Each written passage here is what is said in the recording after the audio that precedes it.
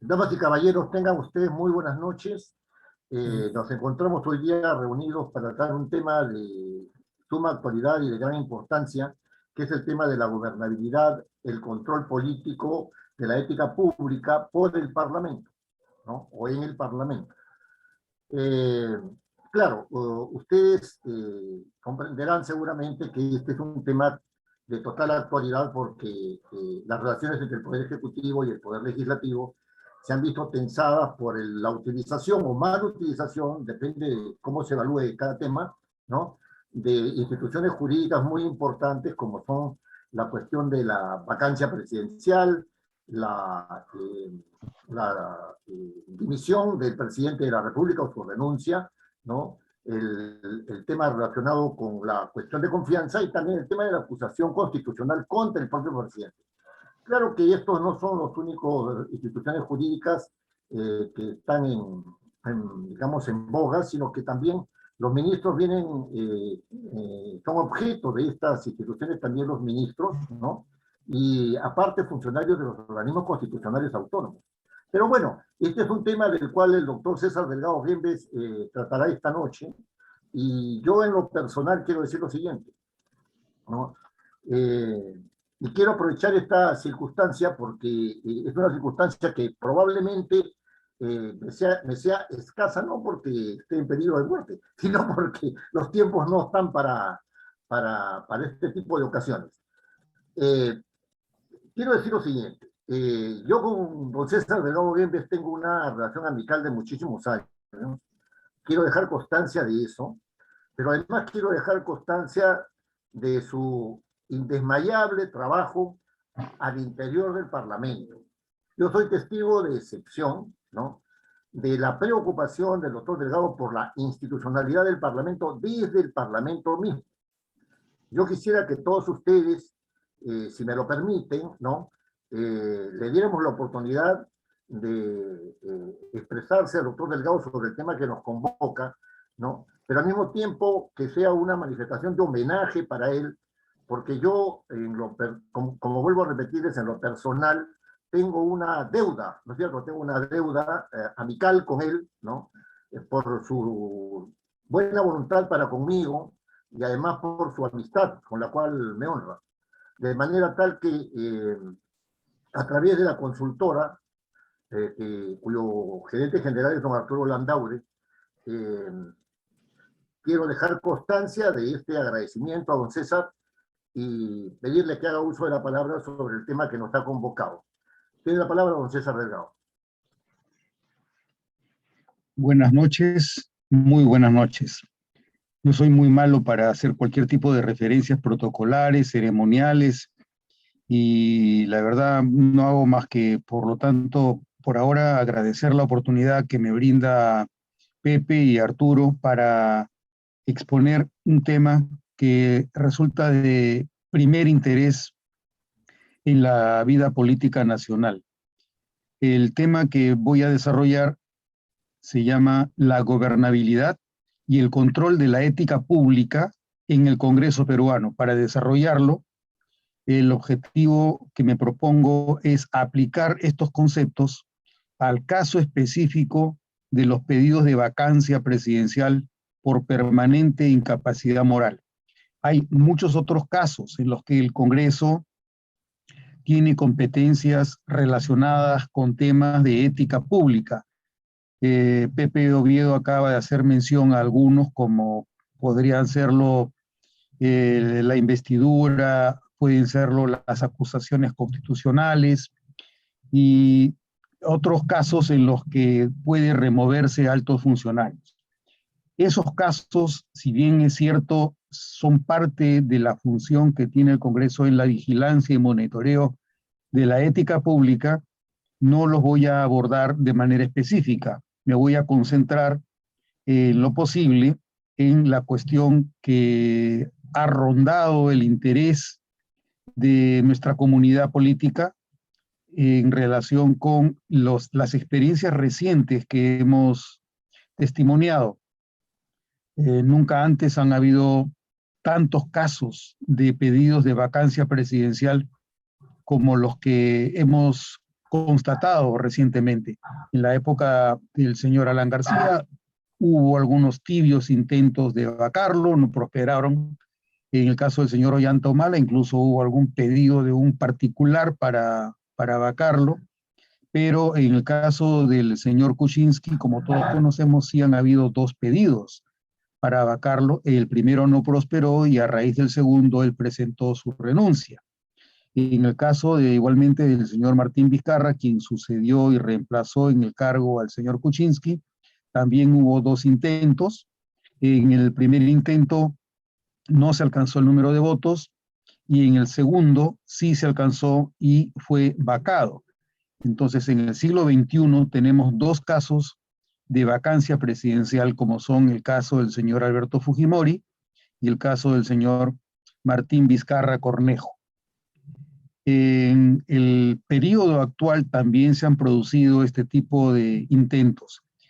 Entonces, como resulta de especial importancia debido al carácter extraordinario que tiene vacar a un presidente de la República, interrumpiendo el mandato para el cual el pueblo lo ha elegido, me parece oportuno subrayar la misión que le corresponde al Congreso en la tarea de dirigir y de vigilar la ética pública. El tema de esta conversación, de esta charla, de esta exposición, pienso dividirlo en cuatro partes. En primer lugar, una aproximación a los conceptos de Estado moral y Estado de Derecho. El segundo tema será la ética en el Estado constitucional. El tercer tema de la exposición será la función de dirección y control parlamentario en el Congreso. Y el cuarto y último tema, los parámetros éticos de la vacancia y de la gobernabilidad.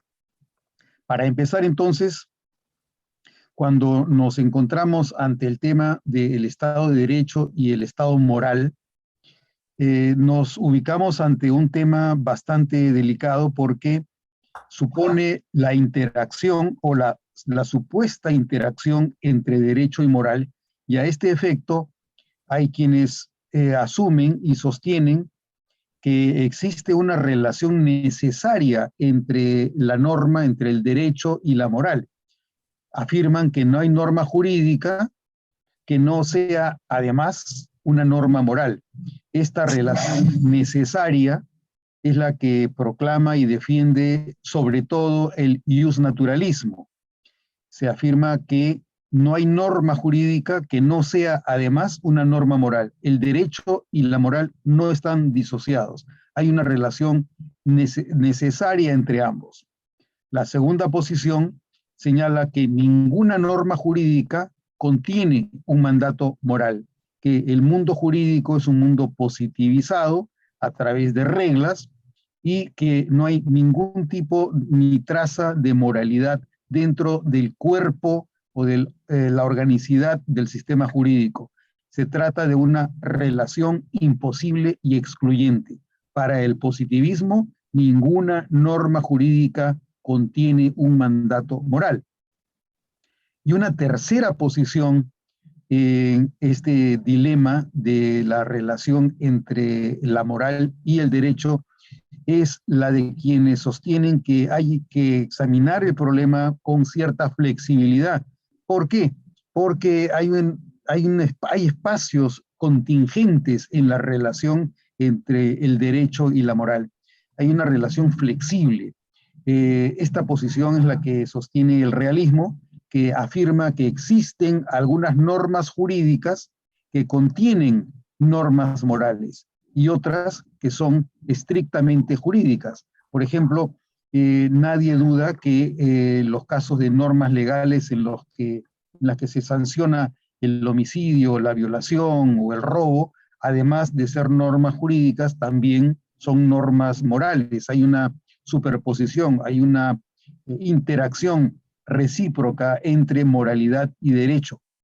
Pero hay otros espacios en los que esa relación no es tan clara, como por ejemplo en relación con el caso del matrimonio abierto, el matrimonio homosexual, el matrimonio gay, el aborto, la pena de muerte. Estos son casos más dilemáticos y es posible que alguien sostenga que estamos ante un sustento moral de una norma legal, pero habrá quienes afirmen que esa es una decisión en la que la moralidad no participa, porque el propósito del derecho es regular relaciones de convivencia y sancionar comportamientos indeseables a propósito de la competencia que tiene el Estado para decidir sobre los supuestos permitidos y los supuestos proscritos.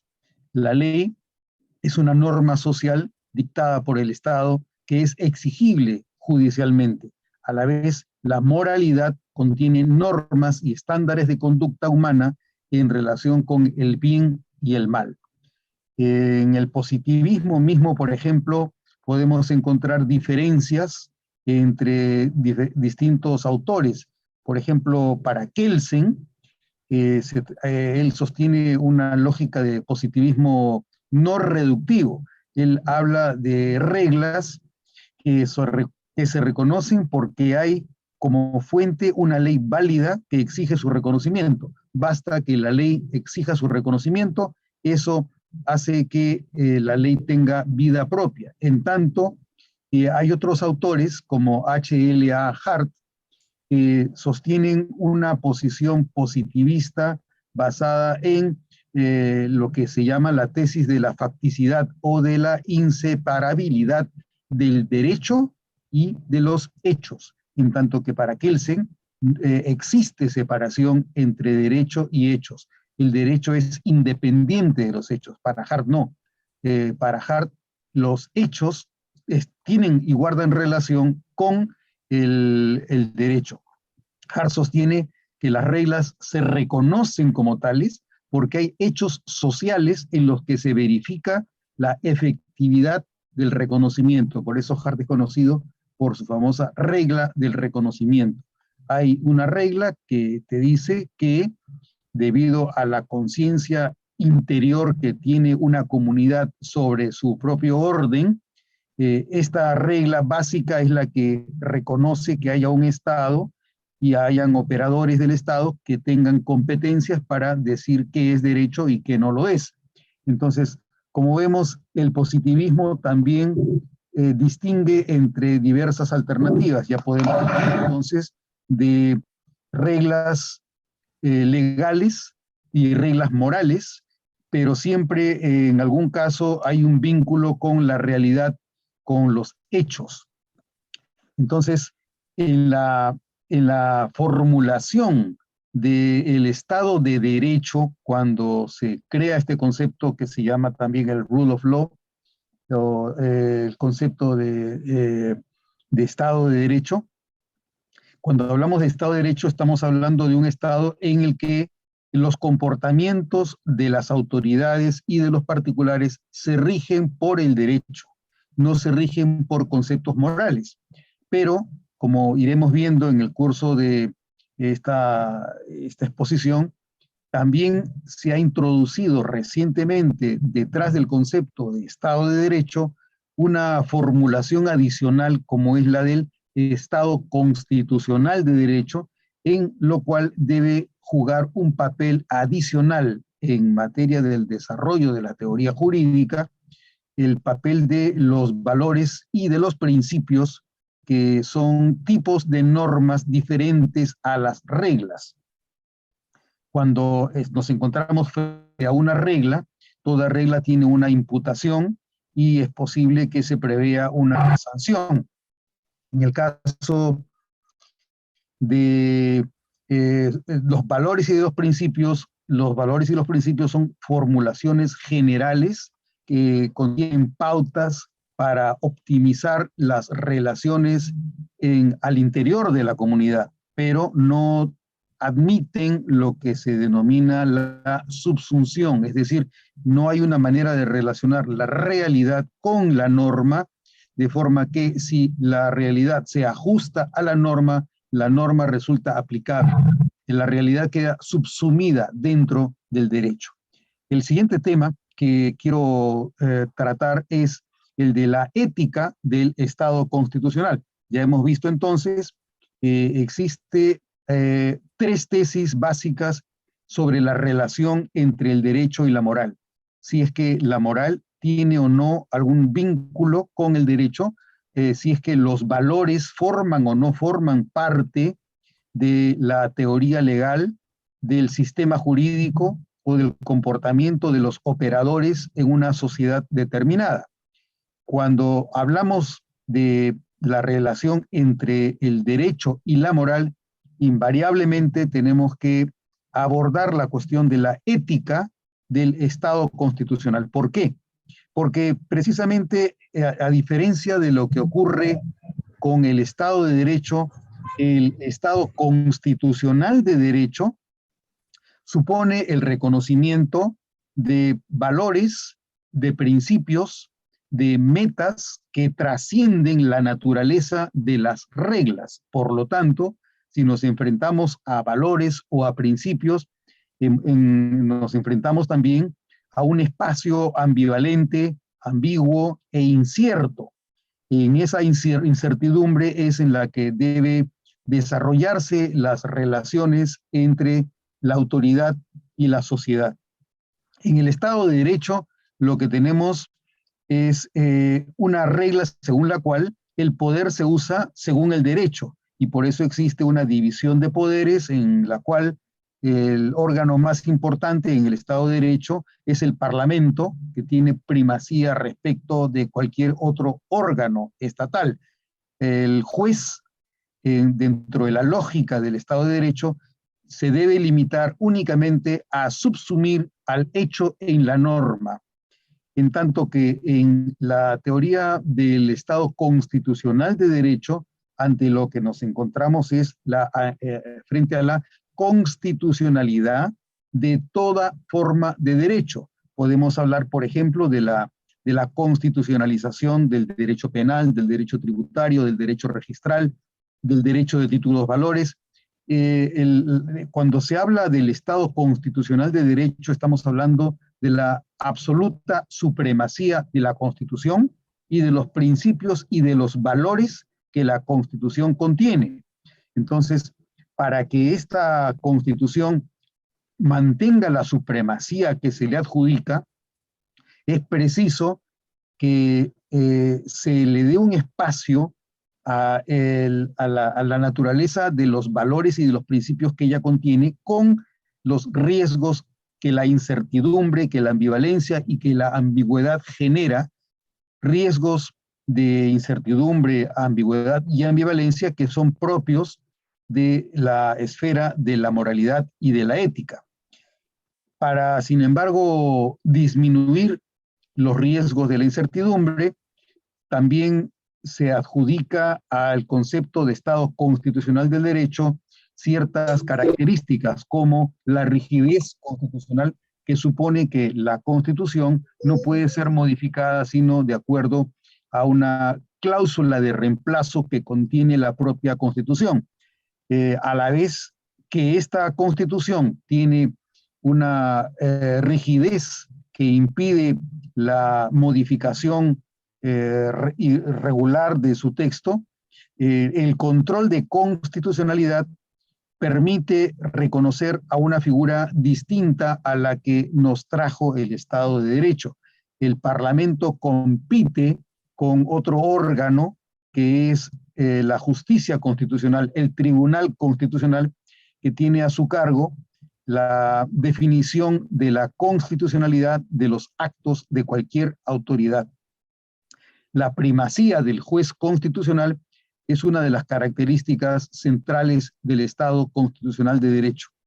Estas son las dos principales formulaciones del Estado constitucional, y en ellas estamos advirtiendo que la ética constitucional abre las normas al espacio abierto y flexible de la interpretación del contenido de los valores y de los principios constitucionales.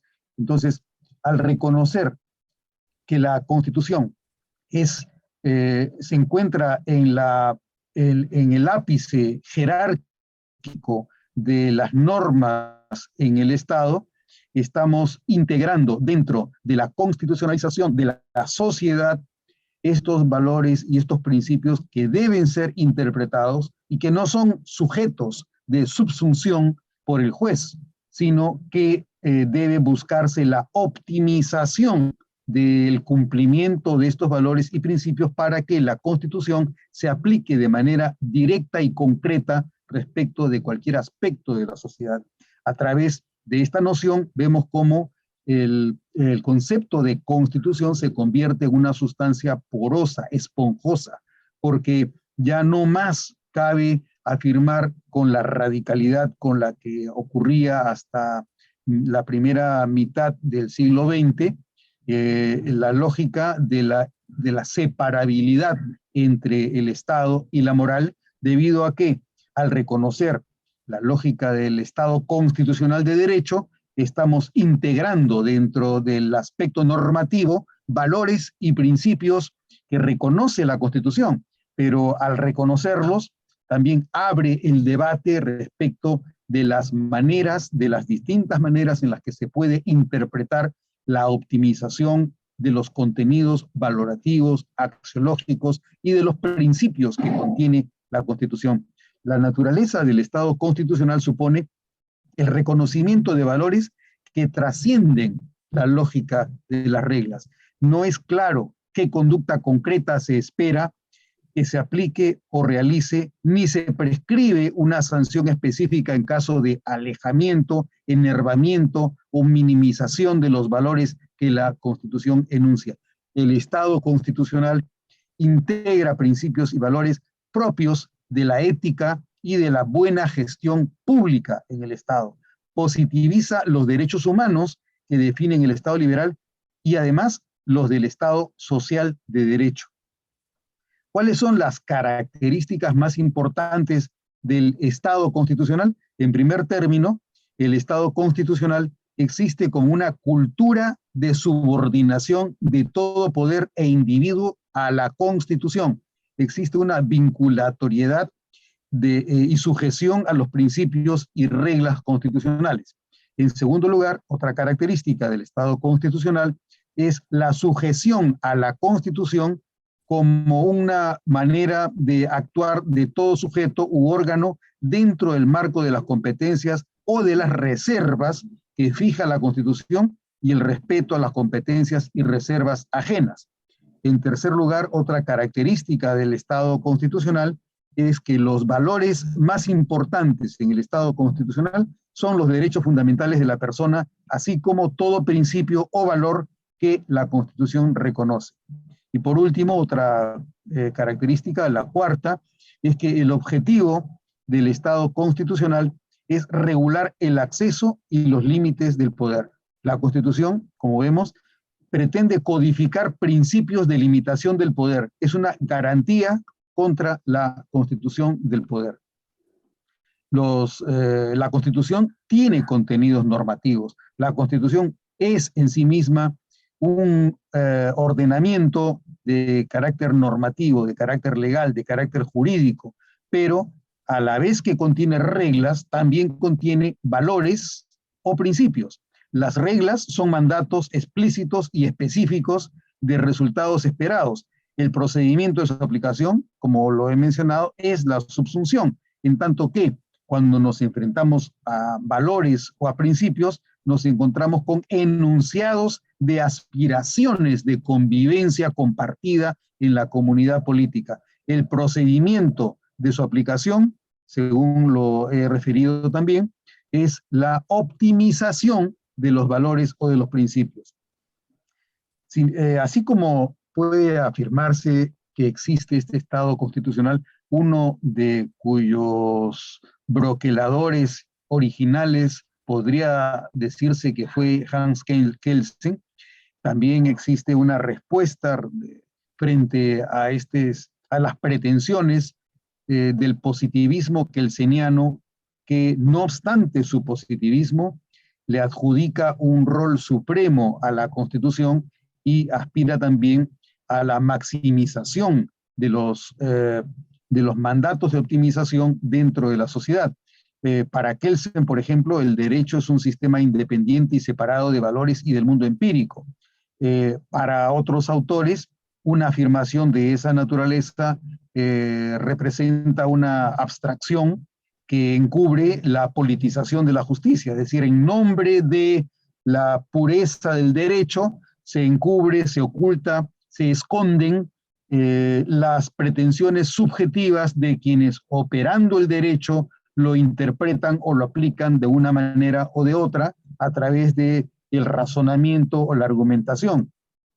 De la misma manera, cuando Kelsen habla de la supremacía de la Constitución, diciendo que todo el orden normativo se funda y deduce de su validez, para otros autores, esta afirmación de que la Constitución es un bien supremo es una forma de antropomorfizar alegóricamente la norma, como si la norma fuera un sujeto. La norma no es un sujeto, más bien se trata de una mitificación de una cosa. La Constitución es una cosa, y cuando le adjudico a la cosa una voz de la que carece y le antepongo como ventrílocuo la voz de un operador, estoy antropomorfizando el carácter cósico de la Constitución. Y como ese tipo de críticas existen otras más que, sin embargo, más allá de todo, no son objeto de reconocimiento por quienes sostienen de manera hegemónica, de manera monopólica, la primacía del Estado constitucional de derecho. El tercer tema que es parte de esta exposición es el tema de la dirección y el control parlamentario. Como todos conocemos, existen órganos en el Estado que supervigilan el ejercicio regular de las funciones que la Constitución les reserva y les asigna. Por ejemplo, tenemos el caso de los procuradores generales que tienen la misión de cautelar los intereses del Estado. Tenemos la función del Ministerio Público, que tiene una facultad sancionatoria o punitiva. Su competencia fundamental es examinar la naturaleza penal de la inconducta de las personas en nombre de la sociedad, a diferencia de la Procuraduría, que lo hace en nombre del Estado.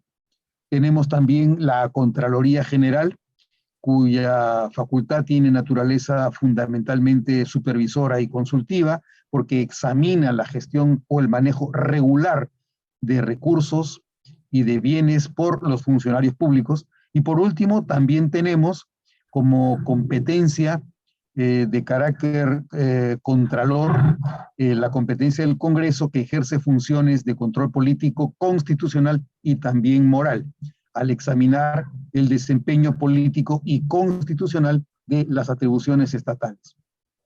Para centrarnos en las competencias específicas de dirección y de control parlamentario, podemos mencionar algunas funciones que tiene el Congreso que le dan este rol director y conductor de las políticas públicas.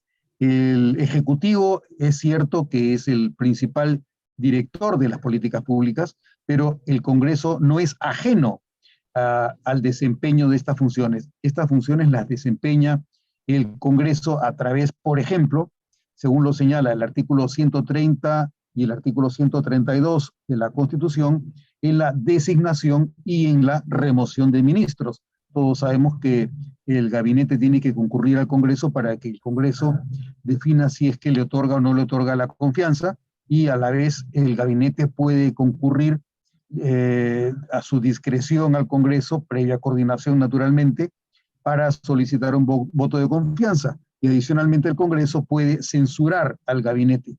El Congreso, por lo tanto, tiene competencia para dirigir políticas públicas en la medida en la que tiene participación y colaboración en el proceso de designación, así como de remoción de los ministros.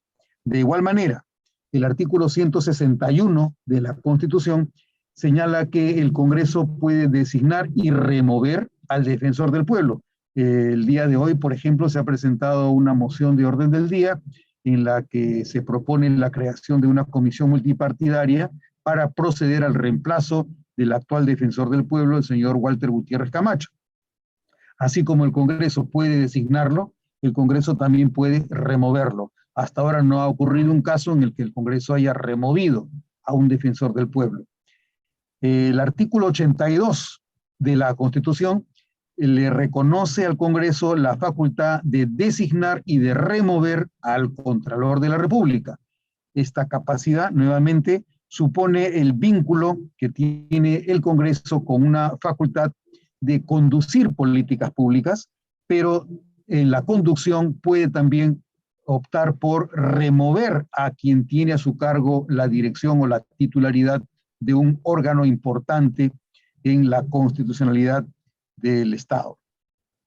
En los artículos 86 y 87, la Constitución reconoce al Congreso la posibilidad, la facultad de ratificar al presidente del Banco Central de Reserva, de designar a 3 directores del Banco Central de Reserva y a la vez la competencia de remover a todos los directores, incluido el presidente, cuando existe una falta grave. Esta es nuevamente una facultad de dirección y de control del Congreso, porque a la hora de definir quién puede y quién no puede ser miembro del directorio del BCR, que es un órgano que tiene a su cargo una importante tarea en la definición de políticas fiscales, políticas monetarias, el Congreso participa de este proceso de conducción al que los italianos le llaman el indirizzo político. De igual manera, en los artículos 201, 99 y 100 de la Constitución le reconoce al Congreso la atribución de nombrar a los miembros del Tribunal Constitucional y, de acuerdo a los artículos 99 y 100, puede destituirlos. No puede removerlos, pero sí puede destituirlos, suspenderlos o inhabilitarlos a través del juicio político.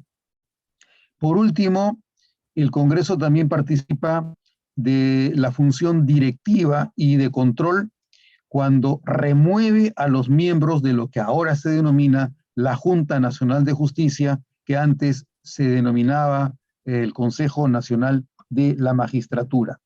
Vemos, por consiguiente, que el Congreso tiene estas importantes funciones de dirección a la hora de definir quién puede ser titular y quién está impedido de serlo en la dirección de los principales órganos constitucionales. Cuando se refiere al presidente de la República, tenemos 3 casos básicos, entre otros, en los que el control de la ética pública también debe asumirlo el Congreso cuando, en lo que se refiere al mantenimiento, a la permanencia del presidente de la República. El Congreso puede, por ejemplo, cesar al presidente de la República por ausentarse del país sin su autorización o por no retornar dentro del plazo que le da permiso para que se ausente el Congreso de la República.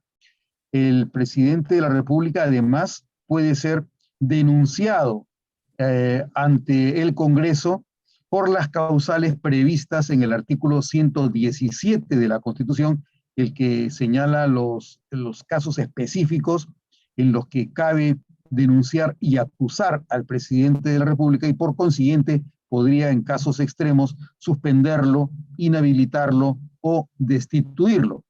Y además el Congreso también puede vacar al presidente de la República durante su mandato por incapacidad moral permanente.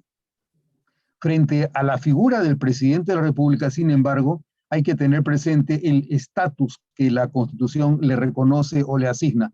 Este estatus está reconocido en diversos artículos de la Constitución y tiene que ver con la cláusula de indemnidad, pero a la vez los modos en los que la responsabilidad que le corresponda al presidente de la República en materia penal o en materia constitucional deben ser asumidos por órganos subrogatorios. En el régimen político peruano, el presidente de la República, a la vez que es jefe del Estado, es jefe del gobierno. Eso lo disponen los artículos 110, 118 y 121 de la Constitución. Como se trata del jefe de gobierno, el presidente debiera ser quien se dirija al Congreso para solicitar el voto de confianza. Sin embargo, este no es el caso porque el responsable políticamente, de acuerdo a la Constitución, es el gabinete respecto de la función que tiene el presidente de la República como jefe de gobierno. De acuerdo a la propia Constitución, el presidente es quien personifica a la nación. Tiene a su cargo la representación del Estado, las relaciones exteriores con otros estados, tiene la atribución de designar y remover al gabinete de ministros y dirige la política general de gobierno. Estas son las funciones centrales del presidente de la República. Sin embargo, no obstante que él tiene estas facultades y que es quien dirige la política general de gobierno y por lo tanto, en razón de lo cual él es jefe de gobierno, además de jefe de Estado, la Constitución prevé que el rol del presidente de la República como jefe de gobierno es materia de subrogación por el gabinete. Los ministros, por eso, lo dice la Constitución, son individualmente responsables por los actos presidenciales que refrendan, pero a la vez son solidariamente responsables por los actos delictivos y violatorios de la Constitución o de las leyes en que incurra el presidente de la República. Esto lo señala de manera explícita el artículo 128 de nuestra Constitución. Decía que la manera en la que el presidente de la República puede ser, en principio, objeto de una denuncia o de una responsabilización es a través de su gabinete.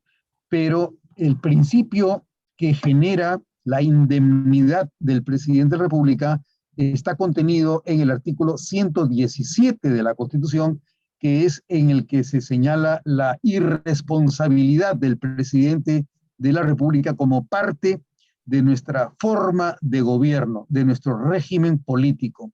El artículo 117 de la Constitución señala que el presidente de la República solo puede ser acusado durante su periodo por traición a la patria, por impedir las elecciones presidenciales, parlamentarias, regionales o municipales, por disolver el Congreso, salvo en los casos previstos en el artículo 134 de la Constitución, y por impedir su reunión o el funcionamiento tanto del Congreso como los del Jurado Nacional de Elecciones u otros organismos del sistema electoral. Por lo tanto, este artículo, el artículo 117, impide el inicio de cualquier proceso acusatorio contra el presidente de la República durante su periodo.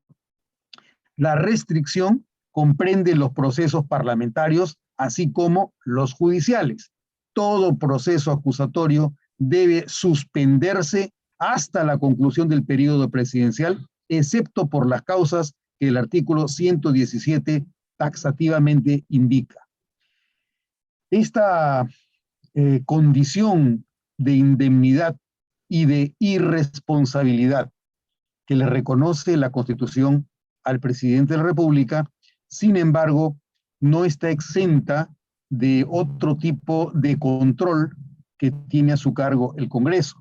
Ese tipo de control es el que se realiza más allá de los supuestos del artículo 117, que sí permite que se realicen algún tipo de denuncias como son los que se ha mencionado, la traición a la patria, la disolución del Congreso fuera del supuesto del artículo 134, impedir el funcionamiento o la reunión del Congreso. Sobre esos casos sí cabe denunciarlo, si es que el presidente los comete.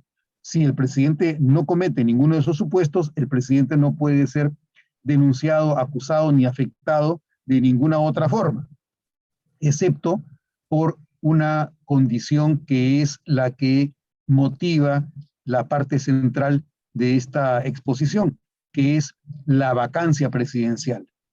La vacancia presidencial supone que existe un supuesto en el que el presidente de la República, de acuerdo al artículo 113, inciso 2, puede ser vacado, puede ser removido, puede ser destituido cuando, de acuerdo al Congreso, él incurre en una permanente incapacidad moral. Por lo tanto, la indemnidad presidencial, la irresponsabilidad presidencial no blinda la impunidad ética ni la atrofia moral del presidente de la República. Existe una ética constitucional que es la que puede vigilar el Congreso durante su desempeño en el ejercicio del periodo que le corresponde. La ética constitucional supone reglas como la verdad y la transparencia, así como la interdicción de la arbitrariedad o el conflicto de intereses, que son algunos de los valores que son parte de la ética constitucional. El cuarto y último de los temas que es parte de esta exposición es el que he denominado los parámetros éticos de la vacancia y de la gobernabilidad. En este acápite, bajo este tema, debo referir y debo concentrar mi atención fundamentalmente en el caso de la vacancia y la relación que pueda tener la vacancia con conceptos como la gobernanza o la gobernabilidad. Todos somos testigos de cómo la prensa ha cubierto en los últimos meses la gestión del actual presidente, el señor Pedro Castillo Terrones. Todos sabemos que diversidad de órganos periodísticos, tanto televisivos, radiales como escritos, han hecho mención a el porcentaje de la población que desaprueba la gestión presidencial. Las referencias que han aparecido en portadas señalaban que al señor Castillo Terrones no le interesa la seguridad, que él estaba jalado en la lucha anticorrupción, se le pide que renuncie y que la población siente un repudio total contra el presidente de la República, porque se supone que, de acuerdo a las declaraciones que prestó ante un periodista, Fernando del Rincón, en CNN, él había reconocido que él estaba aprendiendo el ejercicio de la función presidencial, y a propósito de este ejercicio, también se le reprochaba al presidente de la República un número significativo de empresas quebradas, la situación delicada en las secciones de emergencia en los hospitales, el cierre de mineras legales, crisis de corrupción, emergencia en colegios y universidades, el quiebre de la economía y el número elevado de desempleados. Estas son las imputaciones que circulan en la sociedad fundamentalmente como parte de una opinión pública que es construida a través de los medios de comunicación. Más allá de la influencia que puedan tener los medios en la formación del proceso decisorio en el Congreso, es importante desde el punto de vista institucional referir cómo así es que el Congreso interviene en la modificación prematura del periodo por el cual es elegido el presidente de la República. La Constitución señala en el artículo 113 las causales de vacancia. Las causales de vacancia son la muerte, la permanente incapacidad física o moral, la aceptación de la renuncia del presidente, su salida del territorio nacional sin permiso del Congreso o su no retorno dentro del plazo que el Congreso le autoriza, y la destitución del presidente de la República en juicio político por aplicación del artículo 117 y de los artículos 99 y 100 de la Constitución.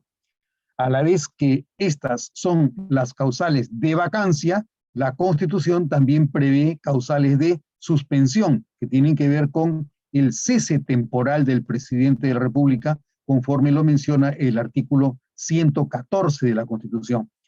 El cese temporal se produce, de acuerdo a la Constitución, por una incapacidad temporal, sin indicar si es que se se trata de una incapacidad física o moral, a la vez que cabe la suspensión también cuando de por medio existe un proceso judicial luego del antejuicio seguido en su contra ante el Congreso como consecuencia de haber transgredido cualquiera de las faltas indicadas en el artículo 117, es decir, traición a la patria, disolución inconstitucional del Congreso, impedir el funcionamiento o reunión del Congreso o del Jurado Nacional de Elecciones o impedir las elecciones presidenciales, parlamentarias, regionales o municipales.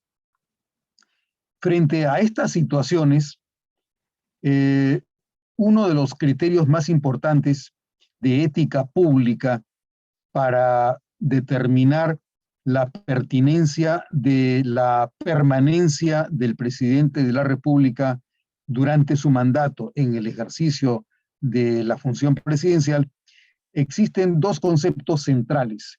Por un lado tenemos la gobernabilidad y por otro lado la gobernanza. Son dos conceptos que se pueden implementar, pero que tienen orígenes diferentes. La gobernabilidad supone que se puede gobernar fortaleciendo las competencias institucionales de las capacidades de los gobiernos, mejorando sus instrumentos, desbloqueando las facultades gubernamentales. A la vez, la gobernanza supone que incluso dotando al gobierno y al Estado de las capacidades o de las competencias, mejorando sus instrumentos o desbloqueando las facultades que impiden una mejor gestión, incluso si se otorgara eso a la autoridad o al gobierno, eso no sería suficiente para gobernar y para dirigir la complejidad de la sociedad actual. Entonces nos encontramos ante dos momentos diferentes en los que surge cada uno de estos dos conceptos. El concepto de gobernabilidad surge como consecuencia de la crisis del Estado interventor, surge como consecuencia del avance de la globalización, de la erosión de la autonomía y de la crisis del Estado-nación, surge como consecuencia del crecimiento de desigualdades transversales y territoriales, así como del desarrollo de la conciencia del pluralismo social, étnico y religioso, así como de la crisis generalizada de valores culturales y políticos. Esa es una etapa concreta en la cual aparece el desarrollo y el concepto de gobernabilidad. La gobernabilidad pretende dotar a los gobiernos de mejores instrumentos para optimizar su gestión. La gobernabilidad tiene que ver con la optimización de los procesos de gestión de los gobiernos desde el punto de vista institucional a través de sus instrumentos y de sus procesos. A diferencia de la gobernanza surge después, surge como concepto después de la gobernabilidad. Al contrario, surge como consecuencia del repliegue del Estado, del debilitamiento de la estatalidad. La gobernanza surge como consecuencia del desarrollo de las privatizaciones, de la desregulación y de las reformas liberales como fórmulas de ajuste y de adelgazamiento del Estado. Y por último, la gobernanza también surge como consecuencia de la pérdida de la capacidad de los gobiernos para dirigir la sociedad por la desvinculación que existe entre el gobierno o el Estado y la sociedad.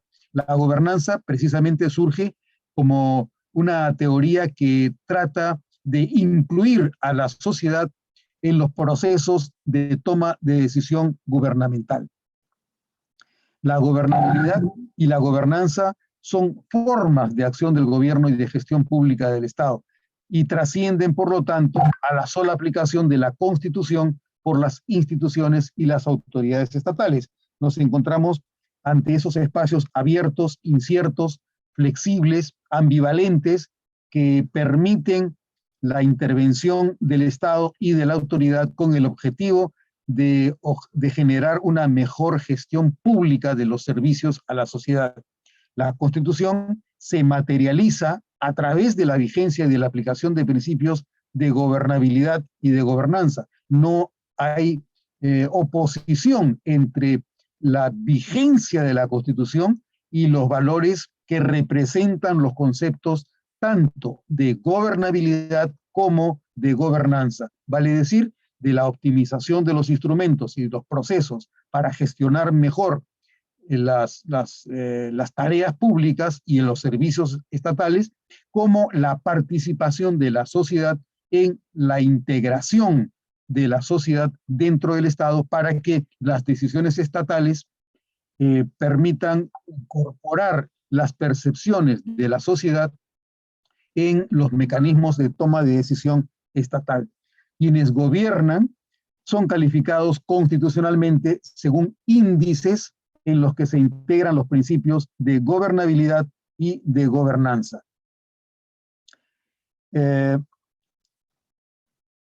Según vemos, la gobernabilidad se refiere, por lo tanto, básicamente a la acción del gobierno para atender las demandas ciudadanas, pero atenderlas dentro del marco formal de las competencias que tienen los organismos estatales. Supone el funcionamiento efectivo del sistema político, del sistema electoral, del sistema de justicia y del sistema de seguridad colectiva. La gobernabilidad supone el funcionamiento del Estado en la atención de las demandas que la Constitución le fija al Estado y al gobierno. Las deficiencias en el funcionamiento efectivo de estos sistemas afectan la legitimidad y los índices de gobernabilidad de la autoridad a cargo del uso del poder y puede ser causa de una crisis de democracia y de gobernabilidad. Esto ocurre cuando las instituciones no cumplen con los perfiles de desempeño que se espera que tengan en el marco de las competencias institucionales de los órganos cuyos titulares pudieran carecer o ser ineptos en el ejercicio de las funciones.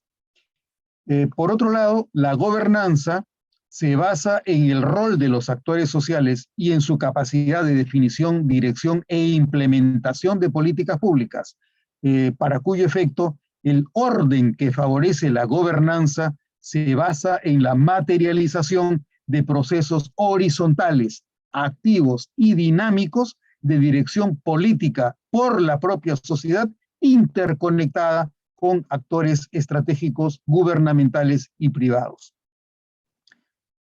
Frente a los conceptos de gobernabilidad y gobernanza, es necesario que se examine en qué medida cabe utilizar los déficits de gobernabilidad o de gobernanza, que son parte del cumplimiento y de la vigencia plena de la Constitución, en casos en los que haya reproche o haya discrepancia o disenso sobre el desempeño del presidente de la República, a quien se lo puede inculpar o se le puede imputar una causal de incapacidad moral permanente, de forma que quepa gestionarse su remoción en el cargo. Para este efecto, es preciso conocer cuál es la finalidad que tiene identificar criterios para el uso legítimo de la vacancia por incapacidad moral permanente. Probablemente uno de los conceptos primarios para definir cuál es la finalidad de la incapacidad moral permanente es tener claro el concepto de incapacidad moral permanente. Recientemente se ha cuestionado que el concepto de incapacidad moral permanente se refiera a criterios morales propiamente dichos y más bien se desplaza, se desliza el concepto de moralidad en un concepto que no aparece en la Constitución, pero que según algunos estudiosos tiene su mejor comprensión en los orígenes que tiene nuestro ordenamiento constitucional en su parentesco con el derecho francés.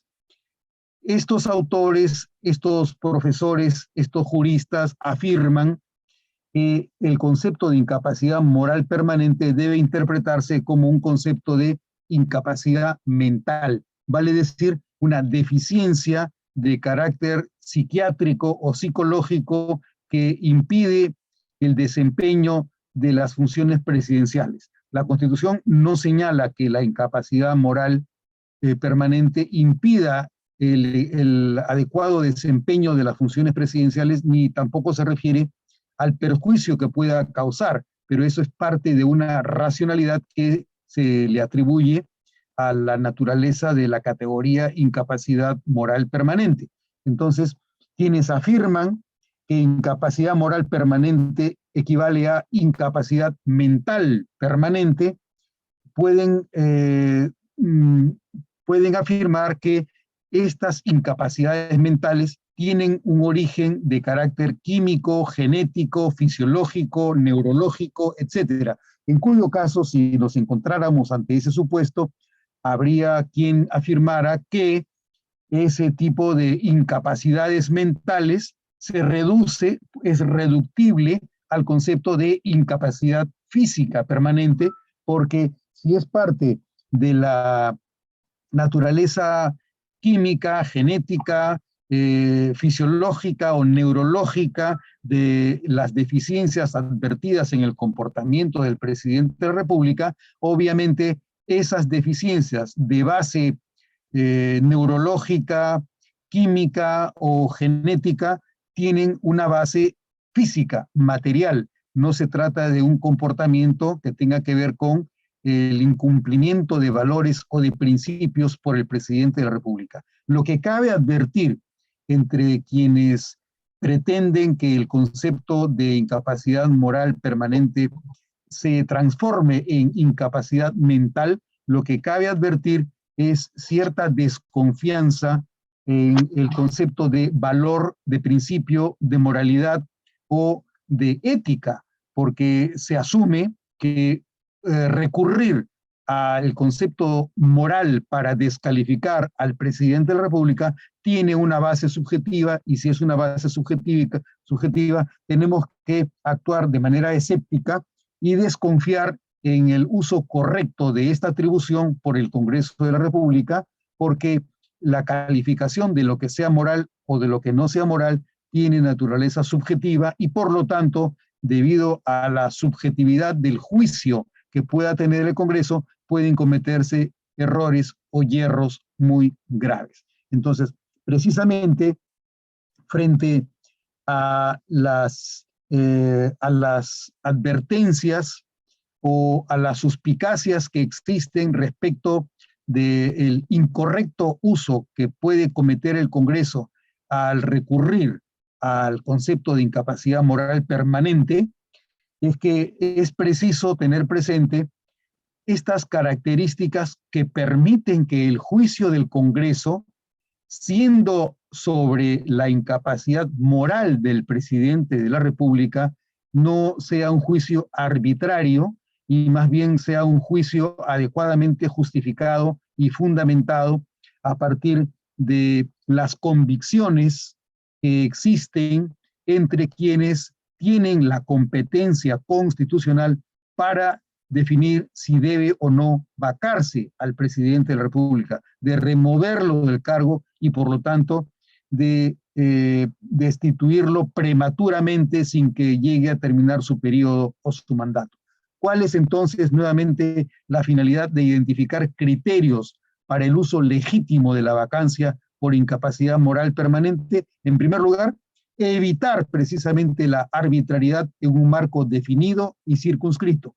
Si lo que queremos es que el uso de la vacancia observe pautas mínimas, razonables, y no más bien caprichos subjetivos que actúen sobre la conducta del presidente de una manera arbitraria, de lo que se trata al buscar criterios para los usos legítimos de la vacancia, de lo que se trata es de evitar la arbitrariedad, fijando parámetros, pautas y un marco definido y circunscrito que permita que el Congreso declare esos fundamentos como parte de una convicción que se forma para vacar, remover o destituir al presidente si advierte la fundamentación suficiente para calificar la suya como una incapacidad moral permanente.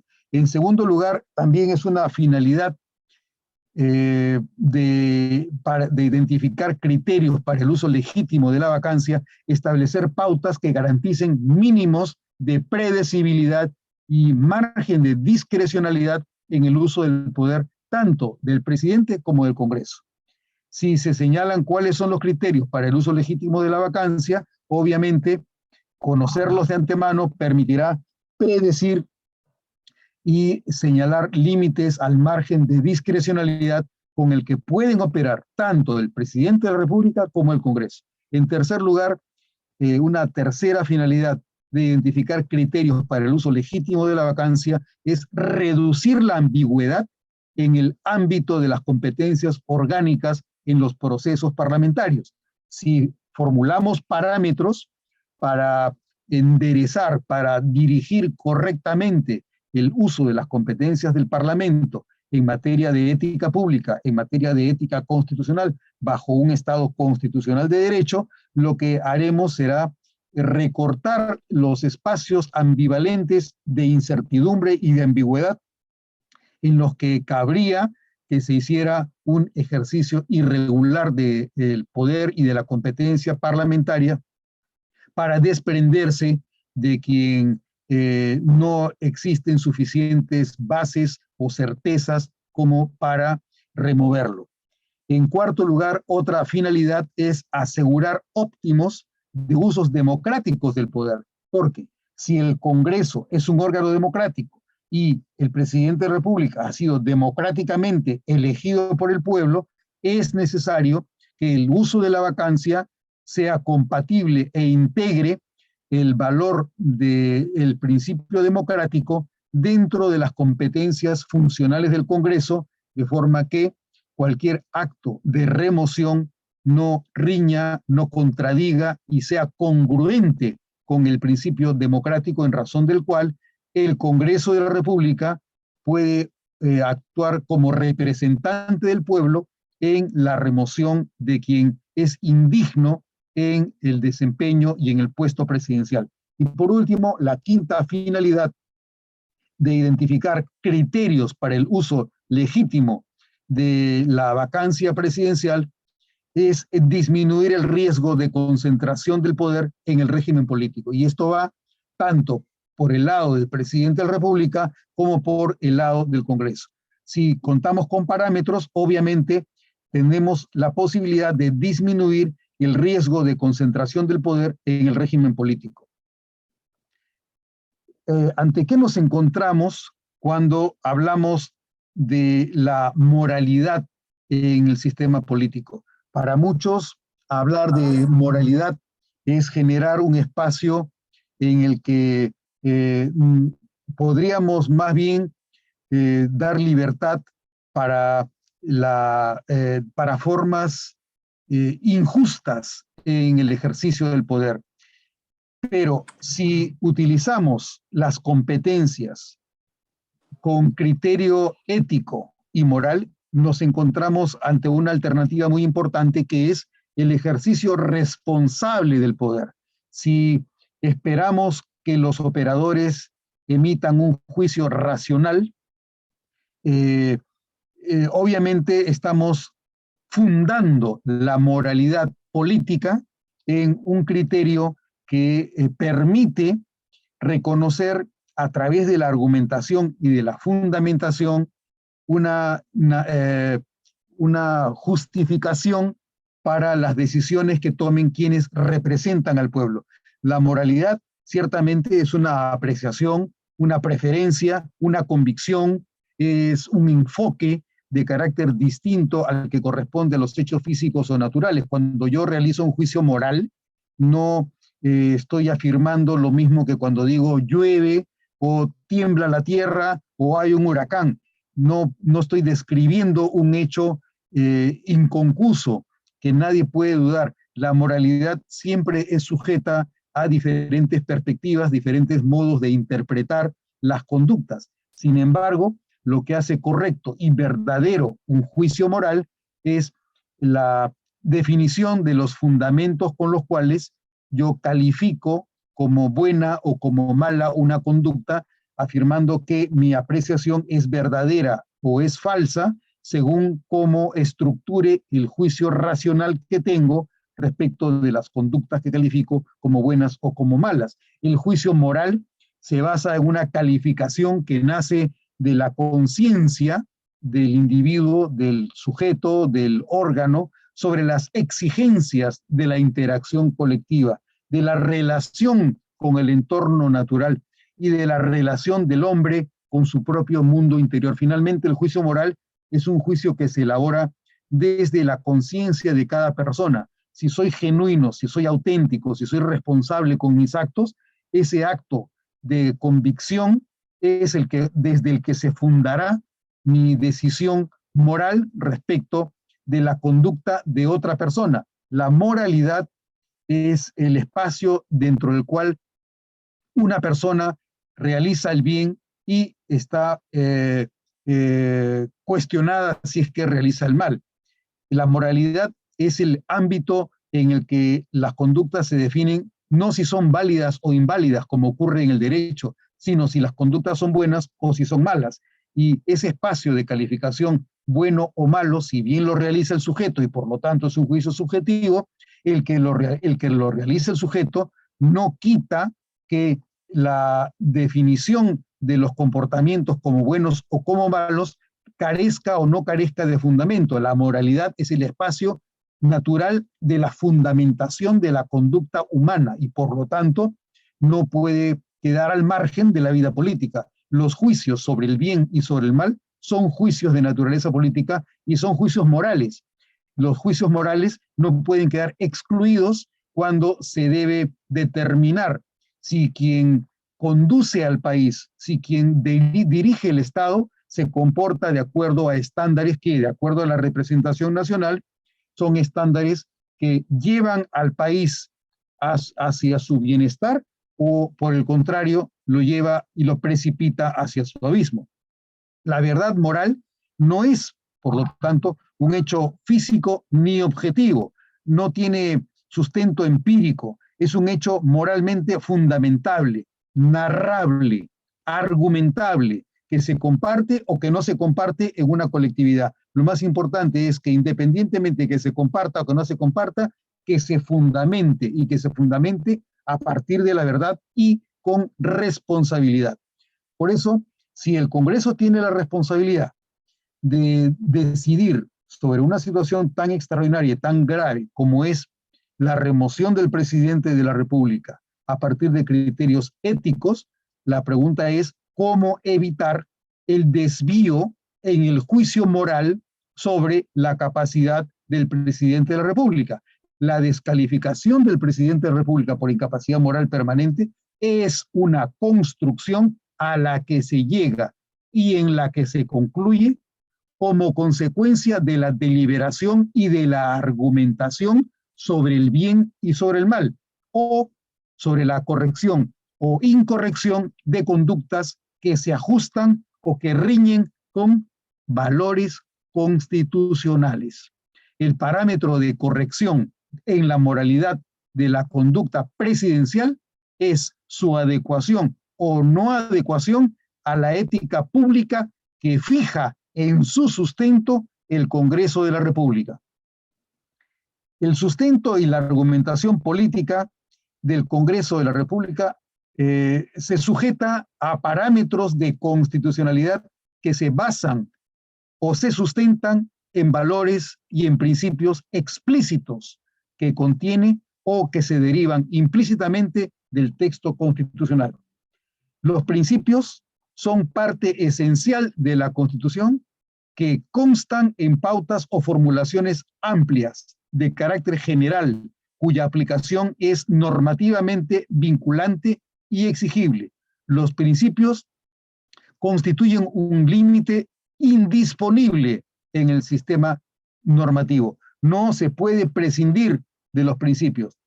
Los principios están contenidos en la Constitución porque deben optimizarse en la vida pública del país. Esa es la razón de ser de la capacidad que tiene el Congreso de guiar su fundamentación a partir de valores o de principios contenidos en la Constitución que le permiten calificar o descalificar la actuación del presidente de la República a partir de pautas de moralidad que se deben basar en la fundamentación de hechos y de juicios que el Congreso formula para calificar o descalificar las conductas del presidente de la República. La ética constitucional, por lo tanto, supone el ejercicio de responsabilidades de la autoridad en un marco de corrección que no tolera actos de indignidad ni de condonación del mal, que rechaza la conciencia colectiva. Ese juicio lo emite el Congreso. El Congreso dice, la conciencia colectiva, yo soy parte de la conciencia colectiva, y a partir del juicio que yo me formo, yo puedo fundamentar que este comportamiento del presidente de la República no es condonable, no es tolerable, es repudiable, es rechazable, es reprobable, y por lo tanto debo utilizar la competencia que la Constitución me reconoce para descalificar la permanencia del presidente de la República en el cargo. El eje elemental de la ética constitucional es, por ejemplo, la alternabilidad y la proscripción de toda forma de concentración de poder, el ejercicio transparente de la autoridad, la rendición de cuentas y el uso del poder con fines colectivos sin beneficio de interés particular alguno. Parte de la ética constitucional la constituye la afirmación del régimen democrático contra toda forma de acceso al poder que no sea por intermedio de la voluntad popular en elecciones libres, el ejercicio funcional en el marco institucional del país y la confrontación de modos violentos de dominación política o de sujeción a intereses del narcotráfico, la corrupción o la trata de personas. Finalmente, en una propuesta de remoción del cargo del presidente de la República, está en juego la colisión y la tensión entre la estabilidad política y la gobernabilidad del país, la gobernanza del país, y los efectos perjudiciales de la permanencia de un presidente que realiza actos o que adolece de fallas de juicio moral en el desempeño de sus responsabilidades en la conducción del país. Si se vaca o no se vaca a un presidente es además una cuestión constitucional, una cuestión moral. Por eso debe justificarse y fundamentarse la decisión de removerlo, y por eso es que carece de sustento constitucional una decisión de destituir insuficientemente argumentada o fundamentada. Esto quiere decir que no basta con que en el Congreso haya un número de votos determinado, si es que estos votos no avalan ni amparan una debida fundamentación de acuerdo a parámetros que son los que voy a formular en un momento. El margen de acción del Congreso en un contexto de incertidumbre supone ponernos delante de algunas preguntas o de interrogantes. ¿Cómo se cuenta con esos mínimos racionales e indispensables de certeza y seguridad ética y constitucional para remover al presidente de la República? Esa es la pregunta que debe hacerse quien debe ejercer la competencia de vacar al presidente de la República. ¿Qué fin justifica la vacancia por incapacidad moral permanente? La permanencia del presidente debe representar mayor daño que su remoción en la estabilidad, gobernabilidad y gobernanza del país. Esa es la pregunta central. Si la permanencia del presidente representa mayor daño que su remoción en la estabilidad, en la gobernabilidad y en la gobernanza del país, nos encontramos ante un supuesto en el que debe pensarse que es mejor vacarlo a que el presidente continúe desempeñándose, creando daño y perjuicio para la sociedad, para la patria y para la República. ¿Cómo se decide correctamente, cómo decide correctamente quien aplica la Constitución sobre la vacancia presidencial? ¿En qué caso vacar a un presidente por calificarlo como moralmente incapaz? ¿Cuándo la vacancia adquiere prioridad sobre la necesidad de gobernabilidad y estabilidad en la conducción del país? ¿Cuándo debe priorizarse la gobernabilidad y cuándo el presidente es una causal de falta de gobernabilidad. Esa es la pregunta que tiene que responderse en la fundamentación con la que se presenta la petición de vacar al presidente de la República. Existen valores comprometidos en la decisión y argumentación sobre la vacancia por incapacidad moral. El ejercicio moralmente idóneo de la jefatura y del gobierno por el presidente de la República, por un lado, y la estabilidad, seguridad y gobernabilidad en la dirección del país y del Estado, por otro lado. Existe, pues, entonces, una duda ante la cual el Congreso tiene que tomar una decisión. La duda es en qué magnitud nos encontramos, de qué forma el presidente es, al contrario, un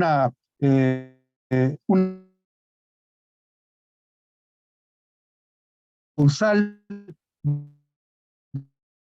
de ingobernabilidad o de falta contra la gobernanza. ¿Hasta qué punto el presidente, a preguntas como qué actos y qué tipo de conducta son significativamente perjudiciales, dañinas o lesivas en grado tal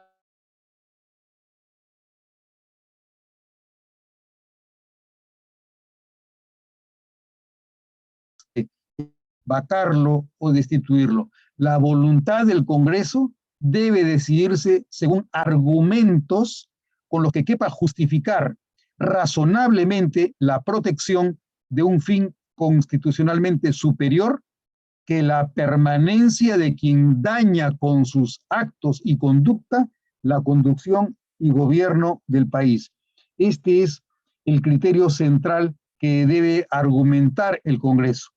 Por eso, en fin de cuentas, estamos ante supuestos en los que el Congreso puede realizar un uso idóneo o inidóneo de la facultad que le reconoce la Constitución para vacar al presidente de la República, independientemente de la indemnidad y de la irresponsabilidad con que lo blinda el artículo 117 de la Constitución, pero que el artículo 113 lo faculta para que pueda evaluar, monitorear, vigilar la manera en la que se desempeña el presidente de la República para mejorar el nivel de bienestar del país. El uso idóneo de la vacancia por incapacidad moral permanente se justifica sin que la enunciación que voy a realizar tenga un carácter, ciertos criterios o ciertas pautas. Yo he pensado en ocho criterios u ocho pautas que pueden servir como parámetro para la argumentación que deba contener desde el punto de vista metodológico la decisión de vacar al presidente de la República.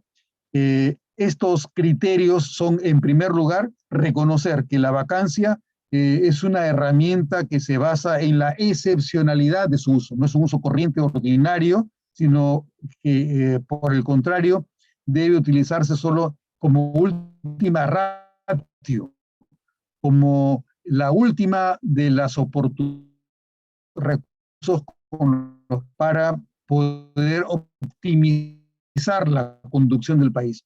En segundo lugar, otro requisito es la evidencia y certeza disponible sobre el protagonismo calificado gravemente para mantenerse en el ejercicio del más alto puesto a contar con el cumplimiento de reglas de idoneidad en la vacancia presidencial por incapacidad moral permanente es la magnitud, intensidad, gravedad de la incapacidad, hechos, acciones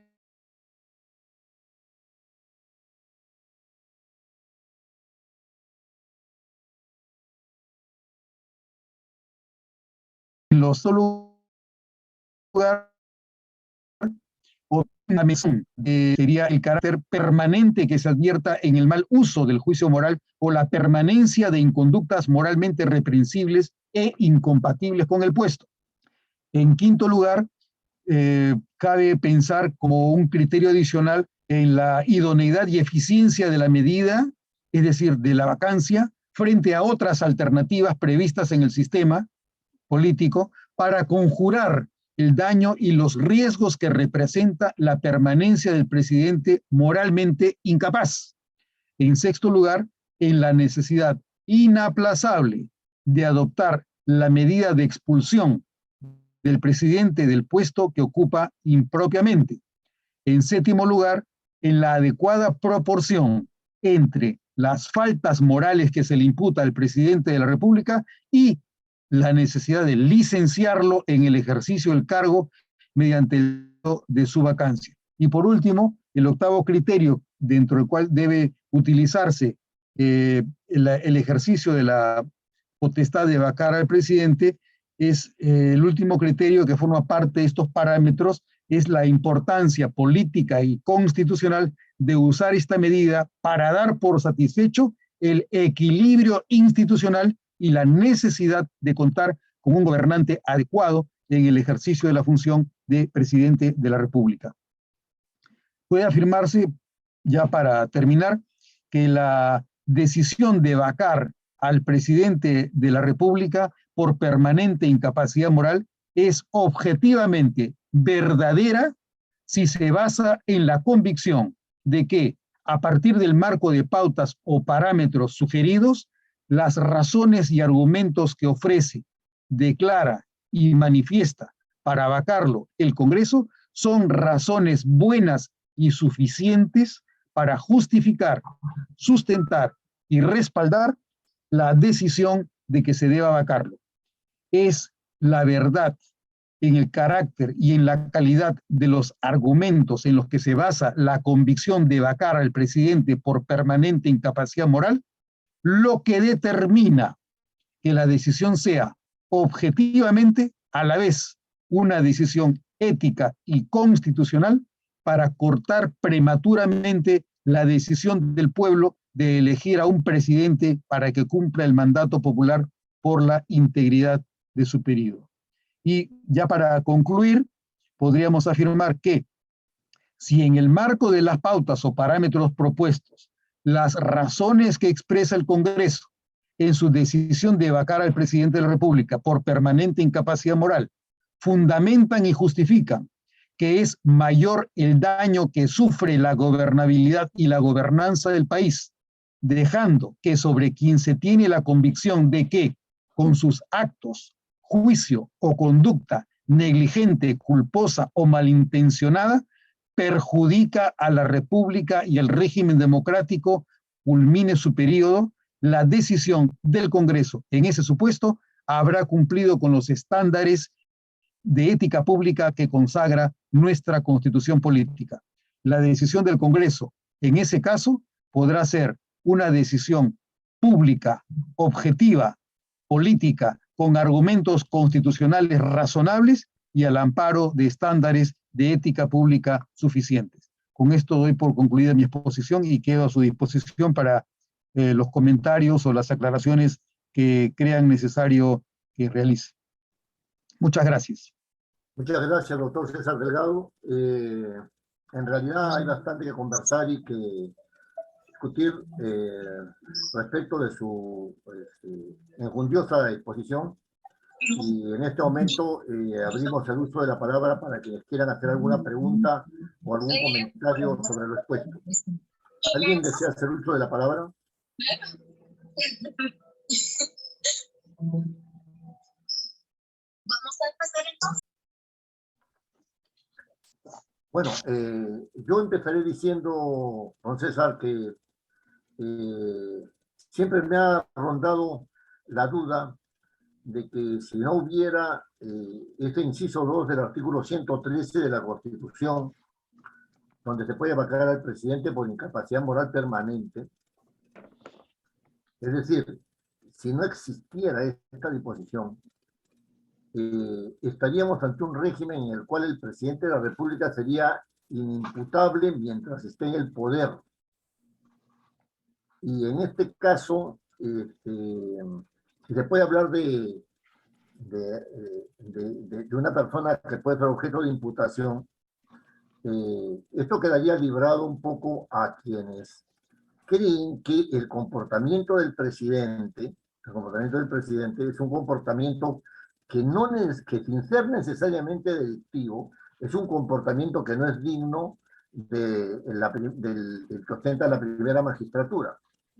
Es decir, a nadie le van a imputar penalmente ser borracho, ser mentiroso, etc. Pero no son comportamientos que sean aceptables socialmente. Cuando se dice que yo discrepo un poco siempre cuando dicen que la moralidad es de carácter subjetivo, ¿no? Porque la relación entre la objetividad y la subjetividad en el ámbito filosófico, esa separación tajante entre subjetividad y objetividad está cada vez más en entredicho. Pero sin tener en cuenta eso, la subjetividad tiene también un carácter social, ¿no es cierto? Es decir, la sociedad no acepta que un presidente sea ladrón, la sociedad no acepta que un presidente sea mentiroso, la sociedad no acepta que un presidente sea un borracho o que se presente desnudo, como es el presidente de Francia, ¿no es cierto? Uno de los presidentes de Francia, ¿no? Por lo cual fue vacado, ¿no? Pero el punto es ese. Entonces, dos preguntas. La primera pregunta es, ¿cree usted que si no existiera esta disposición dada en el inciso 2 del artículo 113 de la Constitución sobre la incapacidad moral, si no estuviera, estaríamos ante un régimen presidencial y por lo tanto no serían posibles algunas de las figuras jurídicas que provienen de los regímenes constitucionales? Esa es una primera pregunta. Y la segunda pregunta es, ¿cree usted que la moralidad de un presidente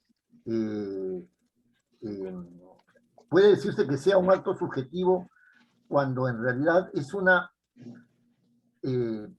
posibilidad que se da por intersubjetividad de los miembros del Congreso, ¿no? O sea, no es un acto corporativo, no es un acto individual. Dejo en su consideración estas preguntas. Bueno, si debo responder en este momento, me parece que mi observación sería, en primer lugar, si bien es cierto que estamos ante un régimen presidencial y por lo tanto un régimen en el que el presidente de la República tiene poderes significativos muy fuertes en relación con los otros poderes del Estado, el Congreso y el Poder Judicial, si bien eso es cierto y es característico de un régimen presidencial, está por definirse antes si efectivamente el nuestro es un régimen presidencial o si se trata de una derivación de un régimen presidencial, como lo califican algunos autores, en el sentido de que es un régimen de presidencialismo parlamentarizado en el que hay competencias que asume el Congreso que no son propias de un régimen presidencial, una de las cuales, en el caso nuestro, es la calificación que puede realizar el Congreso respecto de la conducta del presidente de la República. Cuando hablamos de la supuesta inexistencia del artículo 113, inciso 2 de la Constitución, es decir, si no existiera la posibilidad de remover al presidente por incapacidad moral permanente, la pregunta es si es que el que no exista esa opción a cargo del Congreso de la República, con todo el poder que ella significa, poder que por lo demás es semejante al que tiene el Congreso en la remoción de tantos otros altos funcionarios, empezando por el gabinete, el defensor del pueblo, el Contralor General de la República, los miembros del directorio del Banco Central de Reserva y la propia destitución de los magistrados del Tribunal Constitucional, que no se puede realizar en ningún país de Europa continental, por lo menos. Entonces, si ese es el supuesto en el que el Congreso careciera de esa facultad de dirección de las políticas públicas, de todas maneras nos encontraríamos con el reconocimiento de opciones como las que tiene el artículo 117, que permite la acusación del presidente de la República cuando comete un acto de traición a la patria, cuando disuelve inconstitucionalmente al Congreso, cuando impide el funcionamiento o la reunión del Congreso, o cuando impide la realización de elecciones presidenciales, parlamentarias, regionales o municipales. Entonces, siempre existe esta posibilidad, pero más allá de esa posibilidad, obviamente también tenemos otro tipo de responsabilidades de carácter subrogatorio, como son las que reconoce la Constitución cuando señala que los ministros son individualmente responsables por los actos presidenciales que refrendan y son solidariamente responsables por los actos delictivos y violatorios de la Constitución en que incurra el presidente de la República durante su mandato. Entonces, obviamente, el presidente no se va a hacer cargo de esa posibilidad. Me imagino que esta sería una de las alternativas que generaría la definición del nuestro como un régimen de gobierno que se aproxima. Doctor, ¿podría activar su... Sí, sí. Bueno, decía que el régimen seguiría siendo un régimen presidencial en la medida que es el gabinete el que responde ante el Congreso y el presidente de la República no asume esa responsabilidad sino hasta que haya concluido su mandato. ¿Cuál es el riesgo? El riesgo es que dentro de la naturaleza parlamentarizada de nuestro régimen presidencial, si el Congreso se pone duro respecto del gabinete que solidariamente es responsable ante el Congreso, el presidente de la República, luego de 2 denegatorias de confianza o de 2 censuras, podría disolverlo. Entonces, nos encontraríamos ante un supuesto de concentración del poder. Como se ha señalado durante mi exposición, una de las bases de nuestro Estado constitucional y de la naturaleza de un régimen democrático es la proscripción de toda forma de concentración del poder. Entonces, la razón de la existencia del artículo 113, inciso 2 de la Constitución, que permite la culminación prematura del mandato del presidente de la República, es una válvula de escape que regula y equilibra el poder entre el Ejecutivo y el Congreso, porque en caso de desatinos o de formas inidóneas de desempeño del presidente de la República por hechos, conductas o juicios reñidos con la moral tal como la califica, la fundamenta y la argumenta el Congreso, esos hechos, juicios o conductas son impropios del ejercicio del presidente de la República porque atentan contra un concepto básico que no es congruente con la ética pública que reconoce nuestra Constitución. En cuanto a si la moralidad es o no es un acto subjetivo, precisamente se parte del supuesto de que la objetividad y la subjetividad son comportamientos, son nociones o conceptos estancos que no se interconectan unos con los otros. Mucho se desconoce, se desmejora la posición de quienes hablan de que los juicios morales son subjetivos. Efectivamente, cada vez que tenemos a un sujeto, el juicio de esa persona frente a un hecho físico será el juicio de un sujeto.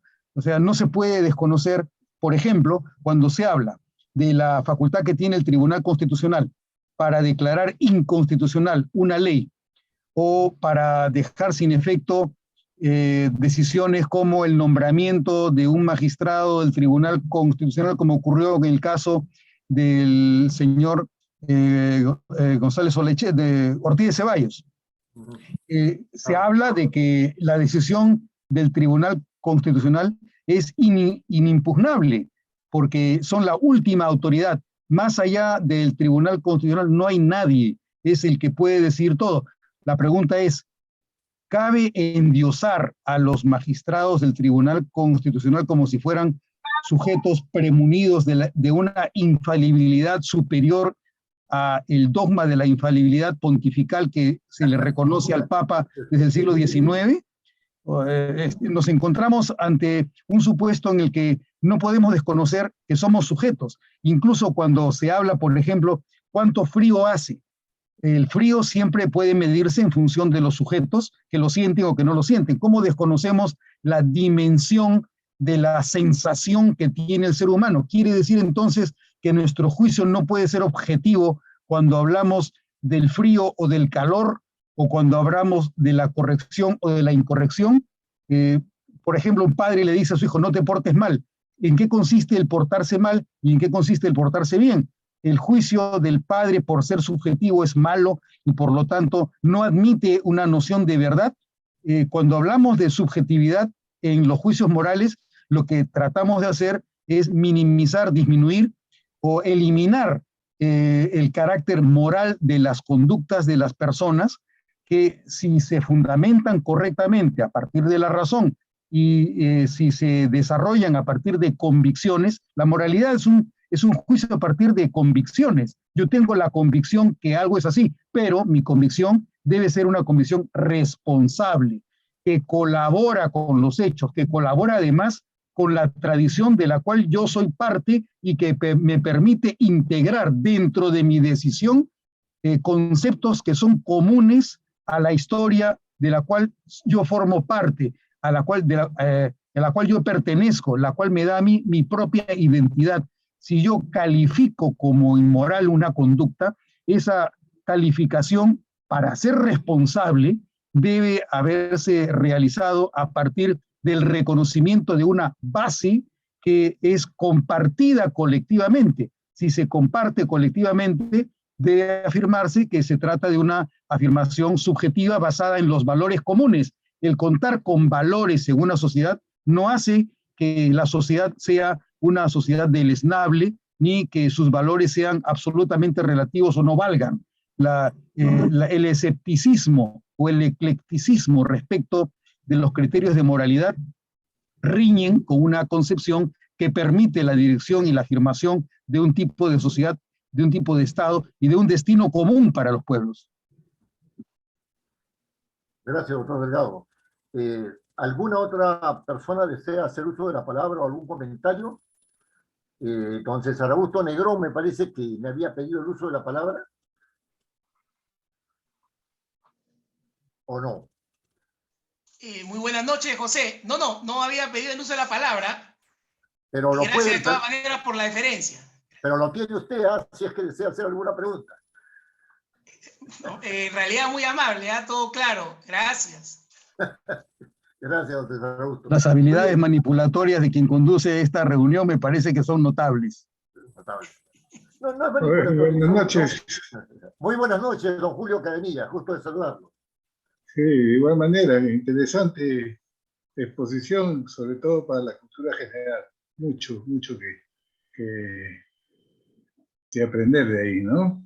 Pero hay dos cositas que me han quedado pendientes, que no se han tocado, ¿no? Y que me gustaría saber si están relacionadas con el tema también. Porque uno nos hemos olvidado de que todas estas manifestaciones de moralidad y la búsqueda de defectos en otros, ¿no? Nos conduce también a haber examinado el racismo y el odio, ¿no? Ancestral que tenemos nosotros los limeños, bueno, ¿no? Que tenemos un poquito de complejo de europeos todavía, hacia nuestros compatriotas y hermanos de las zonas andinas. Y otro aspecto es el aspecto de los oscuros y poderosos intereses que se movilizan a través de estas manifestaciones, ¿no? Y me gustaría saber si esos dos aspectos tienen que ver con la moral o con la ética, ¿no? En esta situación. Muchas gracias. ¿Qué ocurre, don Julio? Don César. Bueno, la realidad, para mí, no voy a entrar en esa disquisición sobre la diferencia entre ética o moral, porque me parece que es una discusión fundamentalmente teórica y a estos fines lo central no es establecer si es que la conducta del presidente de la República riñe con valores morales o valores éticos. Finalmente se trata de la relación del presidente con el bien o con el mal. Eso es lo que debe calificarse, es lo que debe argumentarse a partir de los hechos y de las certezas de que disponga el Congreso en un sentido o en otro, y a partir de lo cual lo fundamente. Prefiero omitir el comentario respecto a el racismo o al odio al indígena, porque la verdad no veo la relación con el tema que yo he tratado, no veo en qué medida eso pueda definir si es que se debe o no se debe vacar al presidente de la República. Esa no es una pregunta, me parece relevante a los efectos de mi exposición. Oh, bueno. Sí. Perfecto. ¿Alguna otra persona desea hacer una pregunta o exponer algún parecer sobre la exposición del doctor Delgado?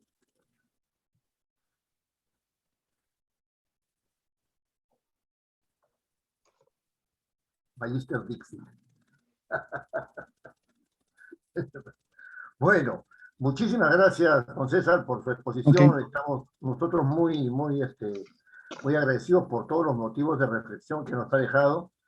Yo vuelvo a reiterar no solamente mi agradecimiento, sino mi admiración por que cada vez que lo escucho no solamente me da información, sino que me da motivos de reflexión. Estoy hablando de manera personal. Y a todos los demás que han asistido a esta reunión, les agradezco la gentileza de su asistencia a la convocatoria y doy por finalizada esta exposición del doctor Delgado. Muy buenas noches.